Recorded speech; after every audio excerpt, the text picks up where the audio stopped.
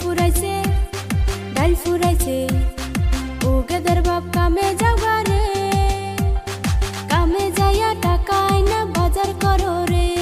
3 দিন ধইরা আমায় ধরছে সর্দি জ্বরে, ওই হারাম যদি তোর চোখে পড়ে না রে। সইলা জাগা বাপের বাড়ি রে, জাগায় বেজাগায় আমার ব্যথা করতাছে।